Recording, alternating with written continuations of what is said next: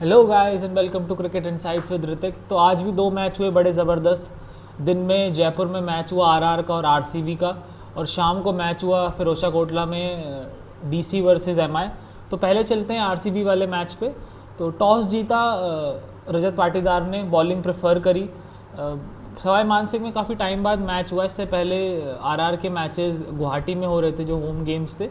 सवाई मानसिंह में मैच हुआ। काफ़ी हिस्टोरिकल ग्राउंड है इंडिया के हिसाब से देखा जाए तो। इंडिया के भी काफ़ी आइकॉनिक मैचेस यहाँ पे हुए हैं। विराट ने शायद अपना फास्टेस्ट 100 ओडीआई में भी यहीं मारा था, और ओवरऑल जनरल भी यहाँ पे उनका काफ़ी अच्छा रिकॉर्ड है। तो बॉलिंग प्रेफर करी आज अपना ग्रीन इनिशिएटिव की वजह से। वो ग्रीन जर्सी में खेल रहे थे, ग्रीन गोल्डन। तो हेजलवुड, भूवी, यश दयाल, यही फ्रंटलाइन पेसर्स इनके। तो आज संजू और जायसवाल ने ओपन करा। जायसवाल आज उन्होंने काफ़ी अच्छी बैटिंग करी। इससे पहले भी एक 50 आई थी।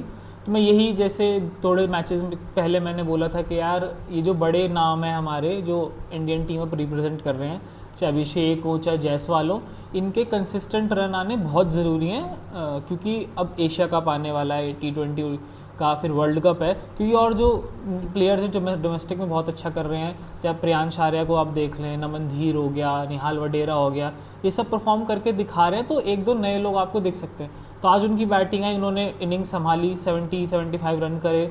संजू थोड़े फंसे हुए लगे, उस फ्लो में संजू इस आईपीएल लग भी नहीं रहे हैं, शायद इंजरी की वजह से है, क्योंकि उनका बिल्कुल भी बल्ला चल नहीं रहा है। और आज कृणाल पांड्या की बहुत एक लो बॉल रह गई, उस पर वो निकल के उन्होंने मारा और आउट हो गए। और वहीं से मुझे लगता है कि बस जायसवाल के वो रन्स थे जहाँ इनकी इनिंग को मोमेंटम मिला है, वरना ये रन बहुत ही कम हो सकते थे और भी, क्योंकि और किसी का बैट इतना ज़्यादा चला नहीं है। तो अगर हम जाएँ इनकी बैटिंग पे नज़र डालें तो फिर रियान पर आ गए, 15 संजू ने करे, रियान पर आ गए। उन्होंने 2-3 शॉट अच्छे मारे, चाहे स्पिन हो चाहे पेस हो। कृणाल को उन्होंने बहुत अच्छा शॉट मारा था, वो बॉल छक्के की थी नहीं, पर वही बैट स्पीड से उसने मार दिया। उसके बाद सिमरन हेटमायर हो गया, ध्रुव जुरैल हुए, तो वो ये 35 जुरैल ने करे, सिमरन हेटमायर बाद में। उसके बाद नीतीश राणा जैसे जो टॉप ऑर्डर के प्लेयर हैं उनको इतना नीचे लाए, क्योंकि बैटिंग ऑर्डर उन्होंने इतना लंबा खेल गए थे। इनके ओपनर हो गया, 3 नंबर हो गया, और कोई भी एक्सेलरेट नहीं कर पाया। सबका एक स्ट्राइक रेट 135-140 था। शायद वो पिच की कंडीशन ऐसी थी कि बॉल लो रह रहा था, स्ट्राइकिंग इतनी आसान नहीं थी। और ये भी हो सकता है कि ये लोग बड़े कन्वेंशनल स्ट्रोक प्लेयर्स हैं, कोई मतलब ऐसे बिग हिटर मशहूर नहीं है कि इनकी स्ट्राइक रेट इतनी ऊपर हो। और फिर सुयश शर्मा ने और कृणाल ने बॉलिंग भी बहुत अच्छी करी, स्पिनर्स का बॉल थोड़ा लो रह रहा था। तो हाँ, वहाँ से भी हो सकता है कि यार ये इनके रन इतने बने नहीं। और भूवी, हेजलवुड और यश दयाल ने भी ज़्यादा चांसेस दिए नहीं, एक प्लान पे रहे स्टिक, ज़्यादा कोई ख़राब बॉलिंग किसी ने करी नहीं। वरना ये इस ग्राउंड पे हिस्टोरिकली 190-200 रन बनते हैं। तो शायद दिन गेम था, इस वजह से ऐसा नहीं हुआ कि बॉल स्पिन भी हो रहा था, लो भी रह रहा था। फास्ट बॉलर्स के लिए कुछ नहीं था, पर हाँ एक्सेलरेट कोई भी नहीं कर पाया आरआर की बैटिंग में। फिर आ जाए आरसीबी की बैटिंग में, तो ये वन वे ट्रैफिक लगा है मुझे। फिल सॉल्ट ने स्टार्टिंग में आर्चर को और देश पांडे को पूरा चार्ज करा, एकदम बल्ला अपना खोल के रखा। 65 करे उसने 33 बॉल्स में, 6 छक्के 5 चौके, 196 का स्ट्राइक रेट। तो उसने कंटिन्यू करा लास्ट मैच का फॉर्म, वो रन आउट हो गया था, वहाँ भी वो बहुत तबाही खेल रहा था। उसने 37 करे थे 14 बॉलों में। उस बाद विराट एक एंड पे सेट रहे, आराम आराम से खेलते रहे। सॉल्ट के आउट होने के बाद उन्होंने चार्ज कराए, छक्का मारा निकल के, बहुत अच्छा। तो ये है कि उनको पता है अपना गेम। इस बार साल में विराट के साथ जो नोटिस कर रहा हूँ कि भाई लास्ट ईयर वो थोड़ा अग्रेसिव हो रहे थे कि यार मुझे शॉट मारने, फोर्स कर रहे थे अपने शॉट्स, रन उन्होंने बनाए इस बार भी। पर इस बार भी अब 6 मैच में शायद तीसरी 50 है। तो स्टार्ट वो फिर अपने ही ग्रूव में करते हैं कि यार मैं 2-3 बॉलें लूँ, अपना देखूँ पिच कैसा खेल रहा है, उस हिसाब से अपने शॉट्स खेलूँ। तो एक फ्री माइंडसेट के साथ बैटिंग कर रहे हैं। थोड़ा प्रेशर कम लग रहा है मुझे इस बार विराट के ऊपर। लास्ट टाइम थोड़े ज़्यादा प्रेशर लेके, रिस्पॉन्सिबिलिटी लेके खेल रहे थे। उसके बाद देवदत्त पटेकल आया, भाई एक ही विकेट गिरी इनकी। और देवदत्त पटेकल के बड़े रन्स नहीं आ रहे, मैं हमेशा बोल रहा हूँ। पर हाँ, वो जिस इंटेंट से आता है ना कि मुझे शॉट्स मारने में, अपने शॉट्स ना रोकूँ, रन बनाने जाऊँ, छोटे छोटे रन ही आ रहे हैं। आज भी 40 ही करे, एक मैच में 37 करे थे तेज़।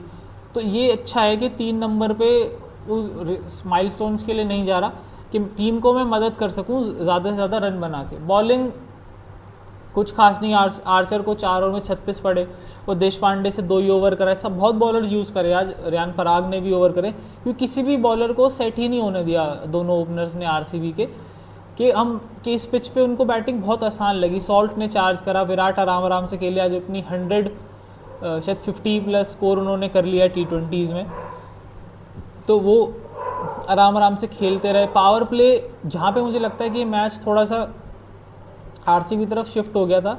अगर आप देखें कि आरआर ने अपने पावर प्ले में यार 45 रन ही नहीं बनाए, कि कोई वैसा चार्ज किसी ने स्टार्टिंग में करा ही नहीं, दोनों ही फंसे हुए लगे।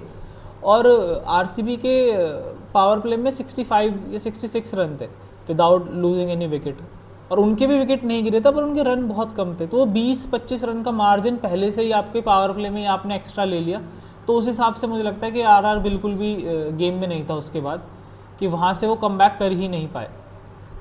और आरसीबी अब दोबारा से अपने विनिंग ट्रैक पे आ गए। भाई ये बड़ा अजीब हो रहा है कि लोग बाग अपना होम गेम अच्छा नहीं खेल रहे और बाहर जाके अच्छा खेल रहे हैं। आज डीसी भी अपना होम गेम हार गया, आरसीबी अपना लास्ट में हारा था और आज जीत गया। तो ये बढ़िया है कि मतलब ये वाले आईपीएल में ऐसा भी हो रहा है कि कोई भी टीम किसी भी टीम को हरा दे रही है। तो ये था आरसीबी का और आरआर के मैच का कच्चा चिट्ठा।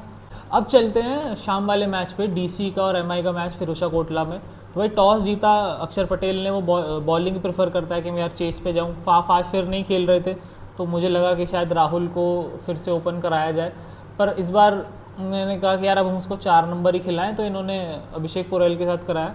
तो पहले स्टार्ट करते हैं एमआई की इनिंग से।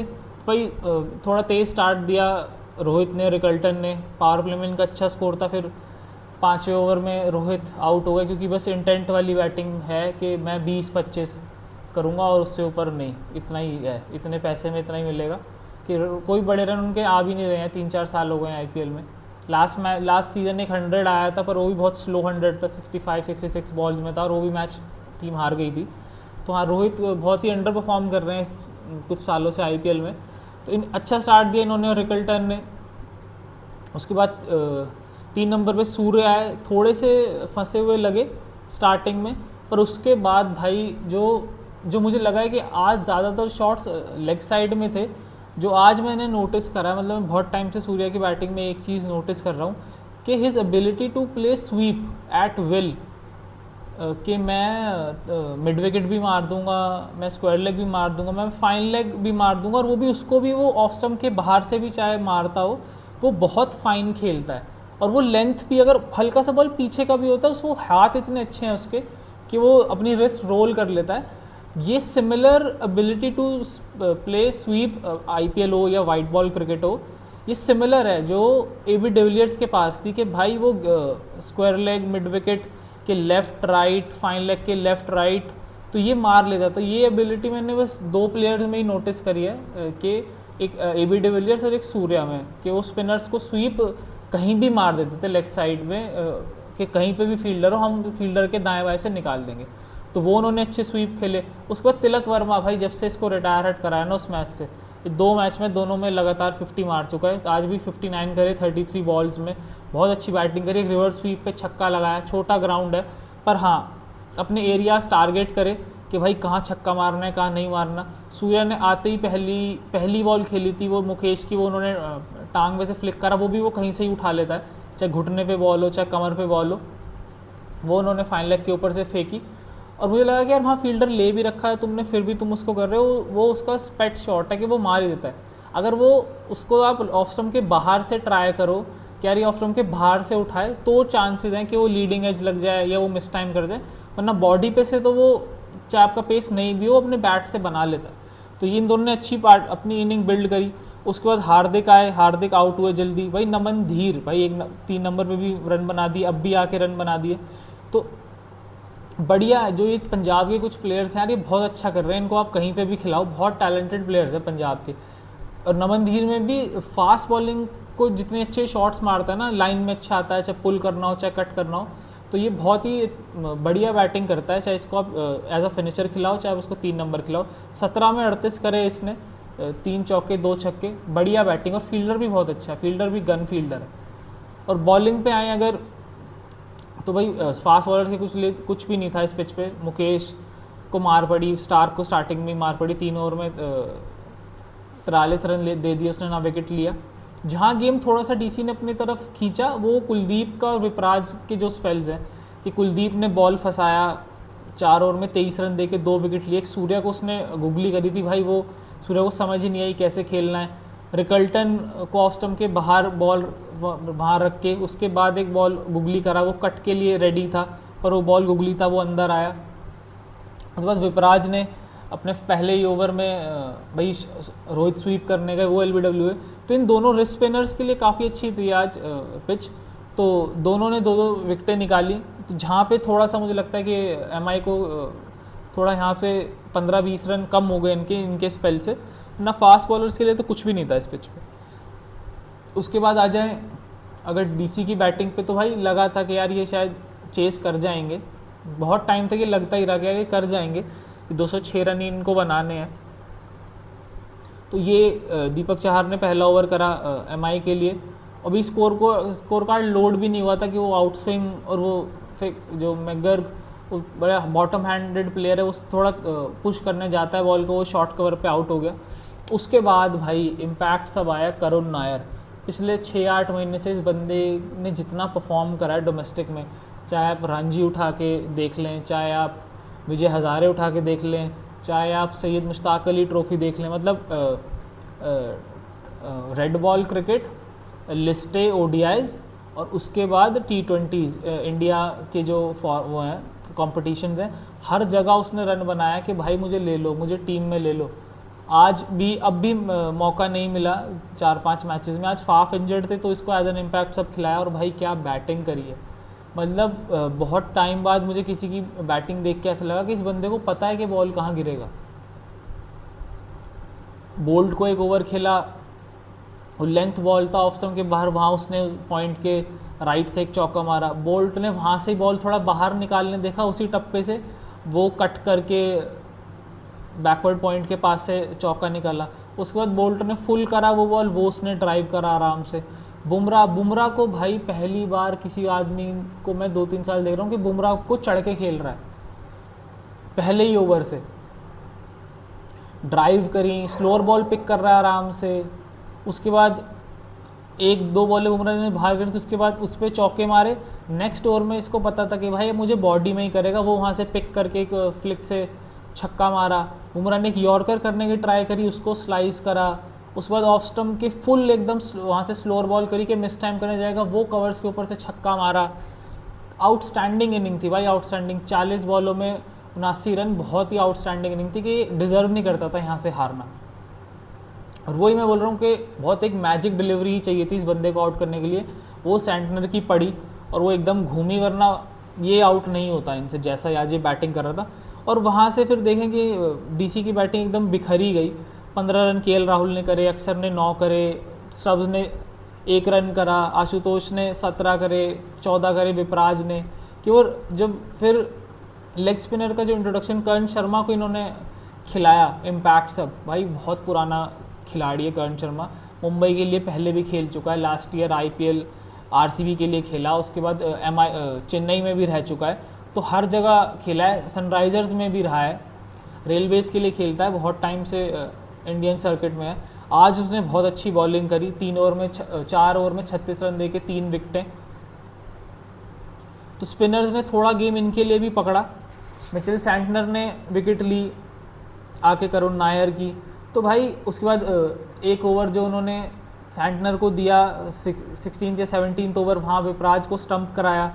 और फिर जो 3 विकेटें जो रन आउट हुए हैं ना भाई, कि तुम बस भाग रहे थे बिना देखे कि बस जीत जाएं हम ये 100 मीटर की रेस। तो ये मुझे लगता है कि ये मैच दिल्ली के हाथ से कैसे निकल गया, दिल्ली को खुद सोचना होगा। अभी भी 1 ओवर पड़ा था और आप लोग रन आउट ही होते चले गए। 3 विकेटें आपने 3 बॉल में दे दी, आप आराम से आखिरी ओवर में जीत सकते थे ये वाला मैच, या जा सकते थे। पर हाँ, और 1 ओवर 17वां जो बोल्ट ने करा है भाई, आखिर वहाँ 4-5 रन ही दिए हैं, और यॉर्कर एकदम नेल करता रहा वो, तो वहाँ से भी हो सकता है कि ये मैच थोड़ा सा दिल्ली के हाथ से जाने लगा। और लास्ट ओवर बुमराह का भी जो चौके लगे, 2 चौके लगे, उसके बाद रन आउट हुआ, तो वहाँ से वो मोमेंटम शिफ्ट हो गया एमआई की तरफ, और एमआई ये मैच जीत गया। बढ़िया है उनके लिए भी पॉइंट्स टेबल में वापस आने के लिए, बहुत टाइम से मैचेस हार रहे हैं, तो कमबैक करा है एमआई ने। तो ये था भाई दोनों मैचेस का एक मेरा एनालिसिस। और उसके बाद कल के मैच पे चलते हैं। कल एलएसजी और चेन्नई का मैच है, शायद लखनऊ में ही ये मैच होगा। थोड़ा स्लो विकेट दोनों के स्पिनर्स को हेल्प कर सकता है। अब देखते हैं अगर चेन्नई कम बैक कर सकता है, क्योंकि एसआरएच और एमआई दोनों का बहुत बुरा सीजन जा रहा था। एसआरएच ने लास्ट मैच अपने कम बैक करा, आज एमआई ने अच्छा मैच जीता।